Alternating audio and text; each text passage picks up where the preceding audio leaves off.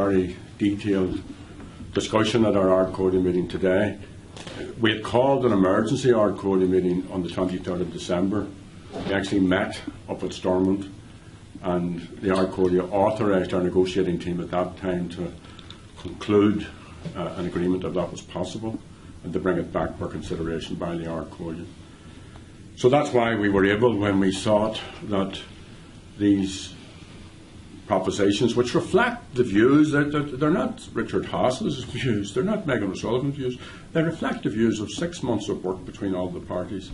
We thought, our negotiating team thought, they provided the basis for an agreement, and the Ard Chomhairle today have endorsed that, so I very much welcome it. We need a debate, a wider debate. These issues aren't going away. They clearly haven't been resolved. They need resolved. The two governments need to be very, very clear and very unambiguous that they too support these proposals and will work with the parties to see them implemented. That's what we're going to try and do, to work in the time ahead to see these propositions made reality. What do you think it will take for all 5 parties to agree to the recommendations?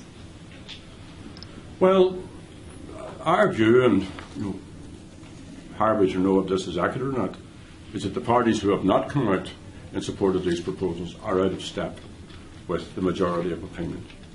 So part of getting to the point of implementation is for civic society to engage, is for all of those people who have a vested interest across the island, but particularly in the areas most affected, to have their say.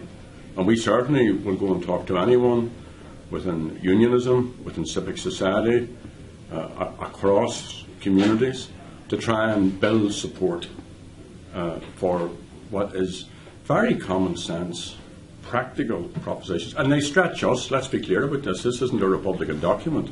This is a document that some of our people would be uncomfortable with, and certainly with parts of the narrative, and we don't have a lot of confidence in the Commission, but we'll engage with that in a very, very positive way. So what will move political parties is when they discover where the people want them to be.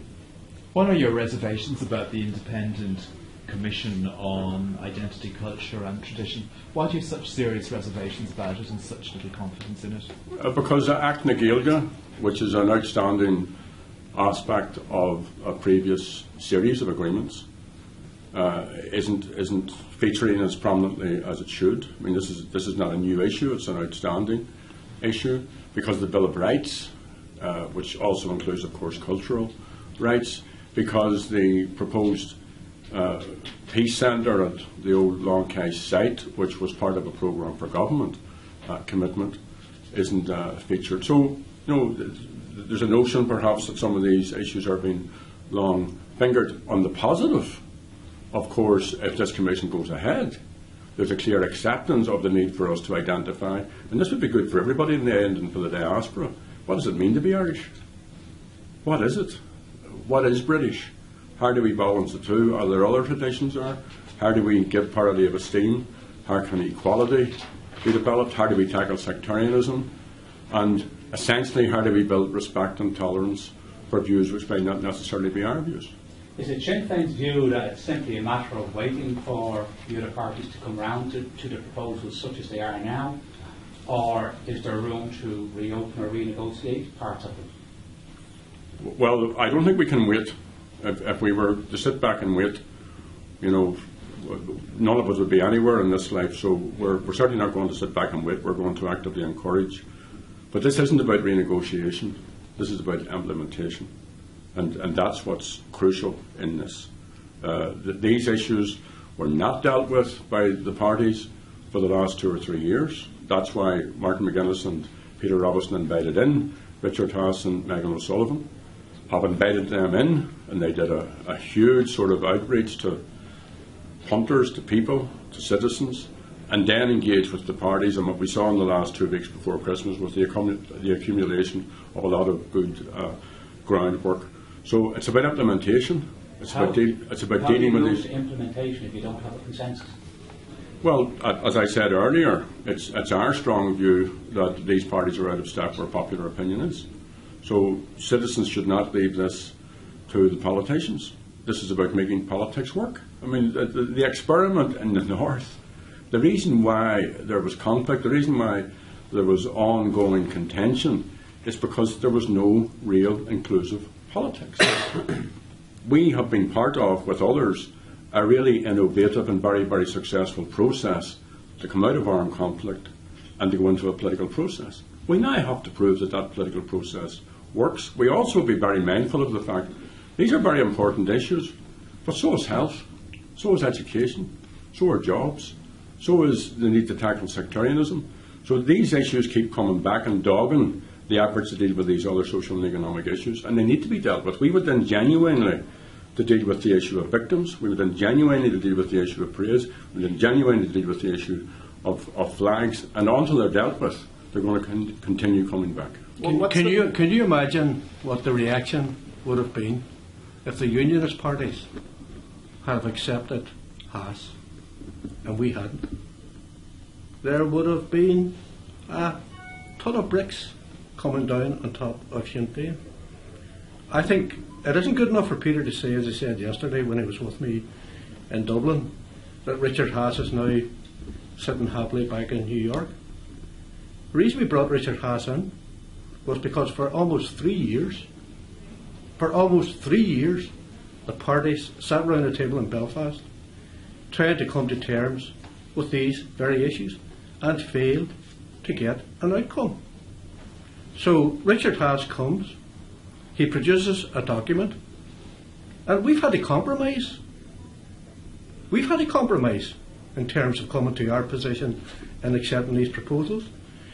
So I think what needs to happen now is that voices need to be heard.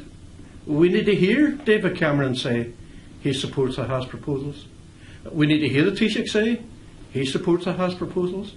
And hopefully we will hear the President of the United States or the White House make it clear that they support the Haass proposals. One thing is absolutely clear.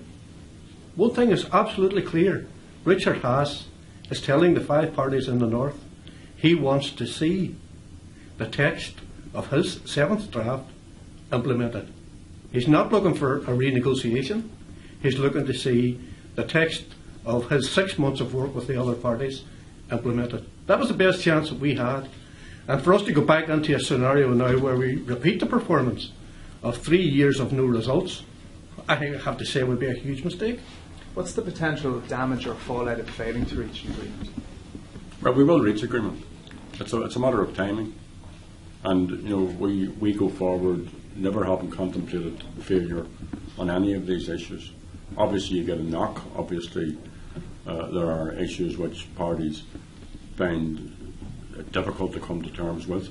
But let's not ignore the fact that part of what drove the Unionist position were elements outside their own parties.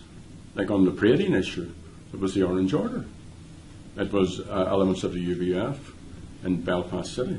On dealing with the past, it was elements of the old RUC, elements of those who were involved in the UDR. And the DUP negotiators told us that they were under pressure from these other groups. So, we could all bow to that. Each of us in our own constituencies have different, critics and people who are uncomfortable. So it's as Martin said, let's hear other voices, let's hear alternative voices, and let's hear it coming very, very clearly from the Irish and British governments that they want to see the implementation of these proposals.